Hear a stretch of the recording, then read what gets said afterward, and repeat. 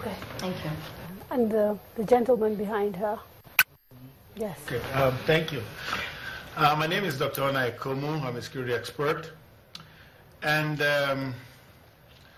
I think the government has done very well in the past 1 year, like Ms. Mohammed just said. And I just worry about the security narrative. I'm sorry, that's my cup of tea. I worry about the security narrative because it's a narrative that is not getting the kind of robust, I think that's what she's referring to, it's not getting the kind of robust cerebral attention it should get. It's not getting, powerful modules of questioning and reasoning and ideas generation. And so, like she said, it's basically a reactive model. So, look at a threat map of the country. You have kidnapping all over. Kaduna is becoming very famous for kidnapping, and it's the same.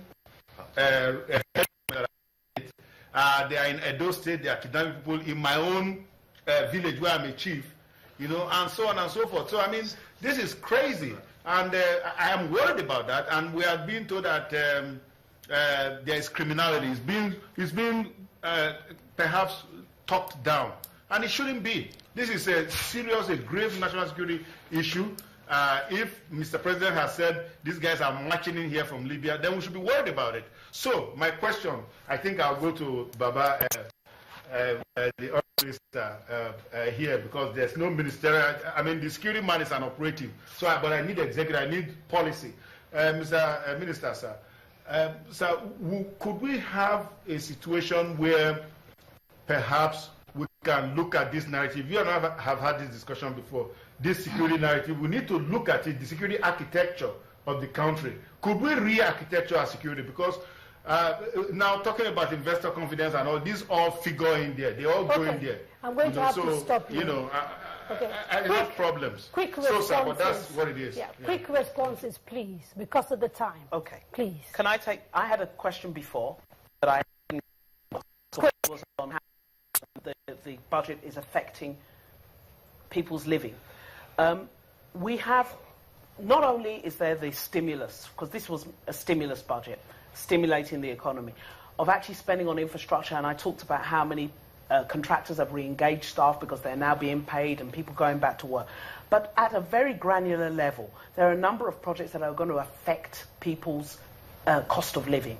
The microloans, which the President announced today for market men, market women, are starting out. The school feeding program, which I think is very fundamental, that touches every single primary school potentially in the country, and it's homegrown school feeding. It creates opportunities for our farmers. It creates part-time jobs for a lot of our women to cook the food and serve the food and still carry on with their daily life. Then there's the money for the most vulnerable. So there are interventions that will actually affect people's pocket.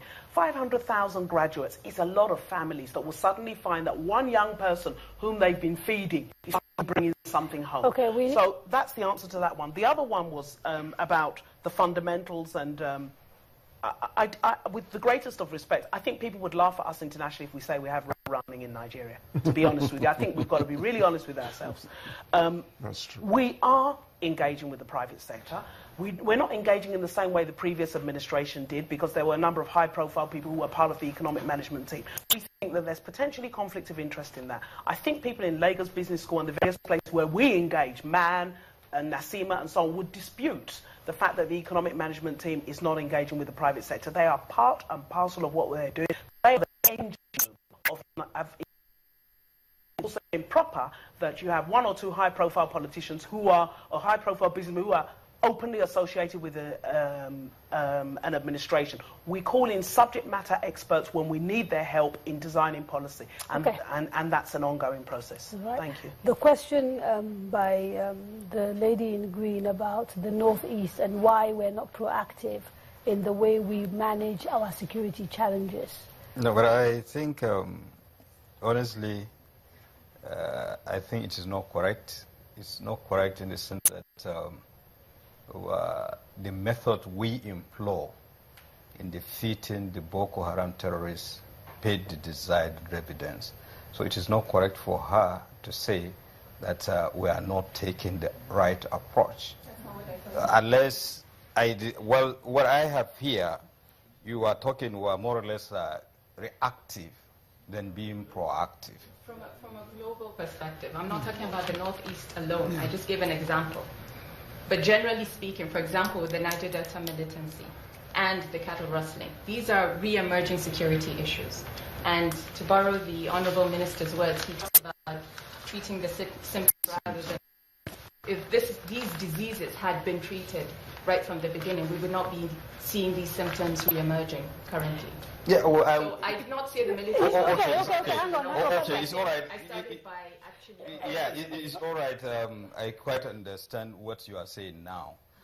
You are quite right, really, because in most cases, the indices are there. We have the experts who could predict certain things that could happen. But then, just like I mentioned earlier, there is a limit to which the military or the security...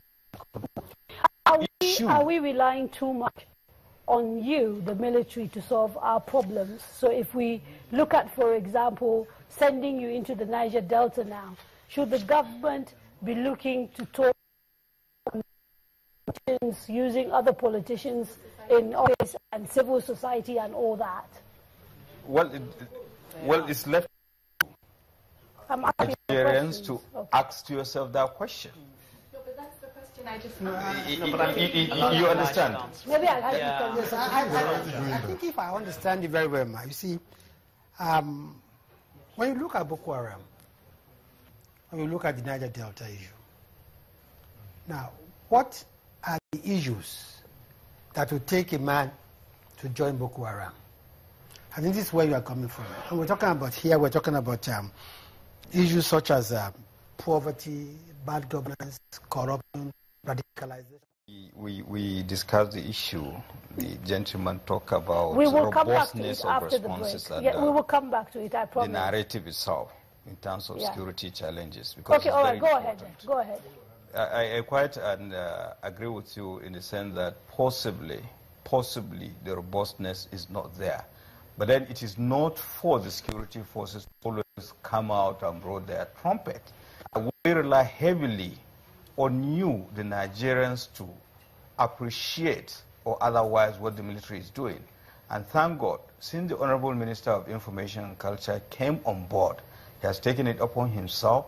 And I could remember we have visited quite a number of conflict areas with him, to the point that we went to Burma with him where he saw the internally displaced person, about 120 underage children, let's say 5 downward, that had no parents and they had no idea what the conflict is all about. So basically, it is a collective responsibility. I think it is even about time that the Nigerians should take the war against terrorism and insurgency, rather take ownership, just like the Honorable Minister is saying, to appreciate it and see how best we can change the narrative. We want peace. Okay, before the break, quick comments from the people at home on Twitter and Facebook, and then we'll come back and take a few more questions from the audience. We have lots of comments trending. At channelstv.com, that's from our Twitter handle, we have Dr. Tukho. He says, with declining reserves, why doesn't the RMFAC, as Regionalization and Federal Allocation Committee, consider reviewing lawmakers' salaries to cut costs? We have Agang, who said, please, the president did not mention anything on herdsmen challenge. Please, why? And then here is Tokpe, on another handle, Twitter handle, at Kadaria Ahmed. He says, the key to tackling graft is enhancing transparency. Enact a law now. Okay, we have to take a break. But before we go, I want us to take a quick look at what Nigerians had to say about this government when we took our cameras to the streets. The question is, which street did they go? The fight against corruption is what I'm really heading Mr. President for. Because that is the root of the problem in Nigeria.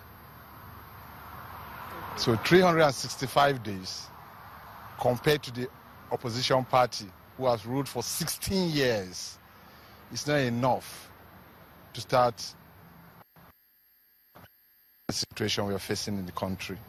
There has been some improvements in terms of security in the country. Not where we want to be, but, you know, we're making some progress. Unfortunately, though, there are certain things that the government could have done better, such as this recent drop of the subsidy.